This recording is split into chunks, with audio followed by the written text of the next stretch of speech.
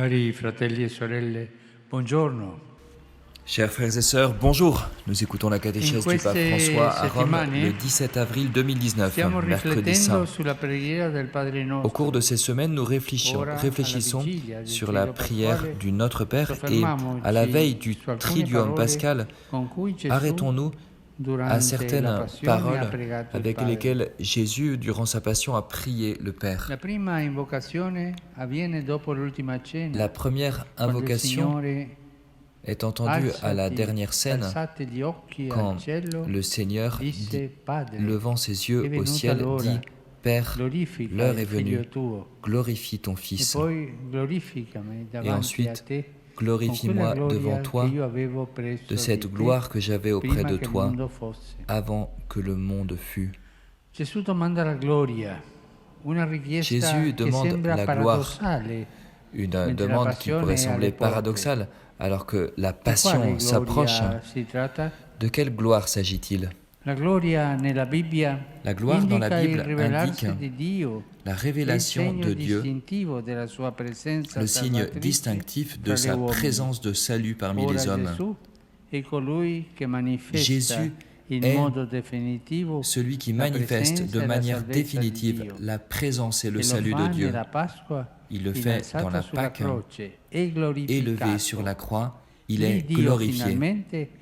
C'est là que Dieu révèle finalement sa gloire, qu'il enlève le dernier voile qui nous surprend comme jamais auparavant. Nous découvrons en effet que la gloire de Dieu est tout amour, amour pur, fou, impensable, au-delà de toute limite et mesure. Chers frères et sœurs, faisons nôtre cette prière de Jésus. Demandons au Père d'enlever de nos yeux les voiles, le voile pour que, en ces jours, en regardant le crucifix, nous puissions accueillir que Dieu est amour.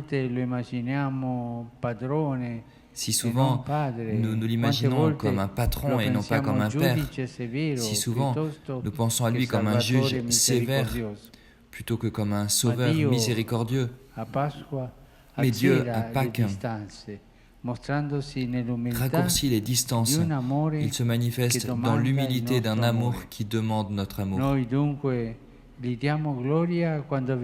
lui donnons donc toute la gloire quand nous lui offrons tout ce que nous faisons avec amour, quand nous faisons toutes choses de tout notre cœur pour lui. La vraie gloire, c'est la gloire de l'amour, car elle est la seule qui donne la vie au monde. Bien sûr, cette gloire est le contraire de la gloire mondaine, qui arrive quand on est admiré, quand on est loué, quand on est acclamé. Quand moi je suis là, quand moi je suis au centre, quand moi je suis au centre de l'attention. Mais la gloire de Dieu est paradoxale. Il n'y a pas d'applaudissements, il n'y a pas d'audience. Au centre, il n'y a pas le moi, mais il y a l'autre. Et à Pâques, nous voyons que le Père glorifie le Fils, que le Fils glorifie le Père. Aucun des deux ne se glorifie lui-même. Alors aujourd'hui, nous pouvons nous poser la question, quelle est la gloire pour laquelle je vis ? Ma gloire ou bien celle de Dieu ? Est-ce que je désire recevoir des autres ou bien donner aux autres ? Après la dernière scène, Jésus entre au jardin de Gethsémani et là aussi, il prie le Père. Alors que les disciples n'arrivent pas à rester éveillés et que Judas arrive avec des soldats, Jésus commence à ressentir de la peur, de l'angoisse. Il éprouve toute l'angoisse de ce qui va lui arriver, la trahison, le mépris, la souffrance. Il est triste.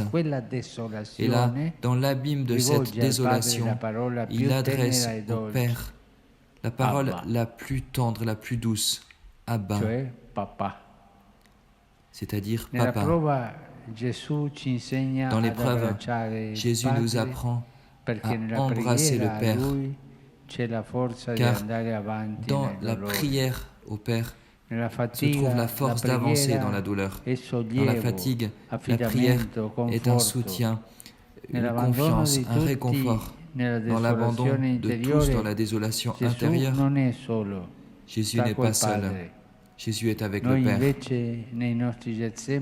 Nous, dans nos Gethsémani, nous choisissons souvent de rester seuls au lieu de dire Père, au lieu de mettre notre confiance en lui, comme Jésus a mis sa confiance dans sa volonté. C'est notre vrai bien. Mais quand dans l'épreuve, nous restons enfermés en nous-mêmes, nous creusons un tunnel à l'intérieur de nous-mêmes nous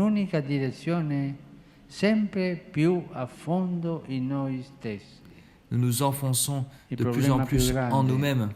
Le problème le plus grand n'est pas la douleur, mais comment nous l'affrontons. La solitude ne donne pas de voie d'issue de sortie, mais la prière peut offrir ces issues de sortie, car elle est confiance. Jésus met tout dans les mains du Père, car il sent qu'il peut s'appuyer sur lui dans le combat. Quand nous entrons dans nos Gethsémani, chacun d'entre nous a ses propres Gethsémani, ou les a eus ou les aura. Mais souvenons-nous, quand nous entrerons dans nos Gethsémani,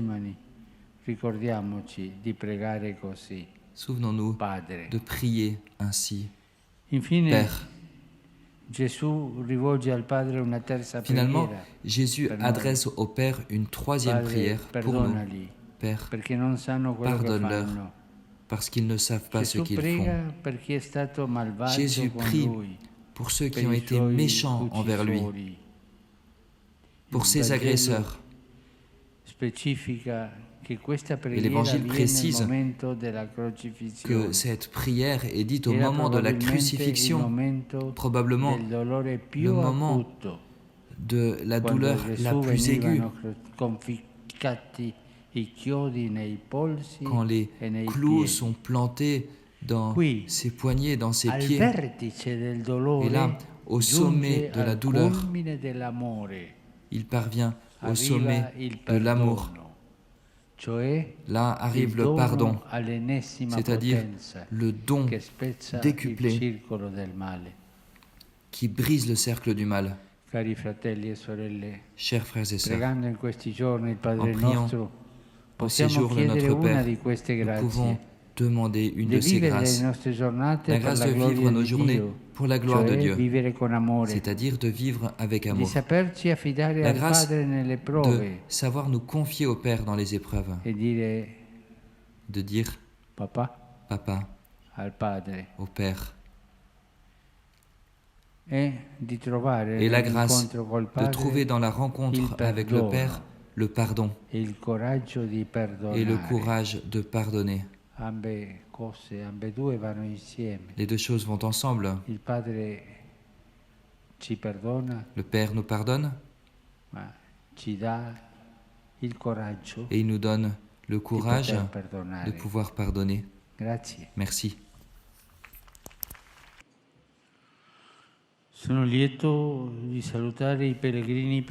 Je suis heureux de saluer les pèlerins qui viennent de France et d'autres pays francophones,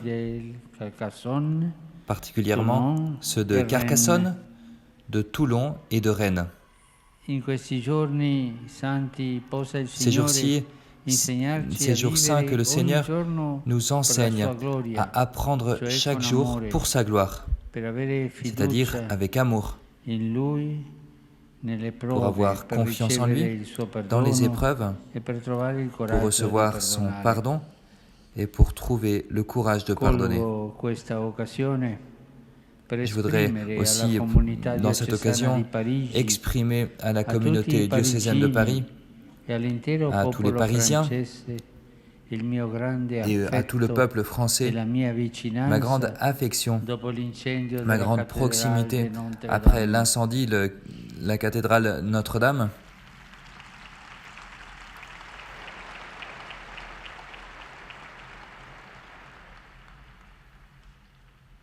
Cari fratelli e sorelle, sono Chers frères et rimasto sœurs, addolorato e mi j'ai été sento tanto très vicino a peiné tutti voi, et je me sens a quanti si sono très proche de vous. prodigati anche rischiando di persona per salvare la basilica.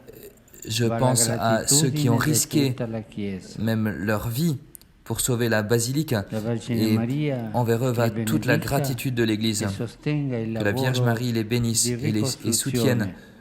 le travail de Possa reconstruction, essere un'opera corale a lode e gloria di Dio. qu'il puisse s'agir Dio d'une vi œuvre benedica. commune pour la louange et la gloire de Dieu. Que Dieu vous bénisse.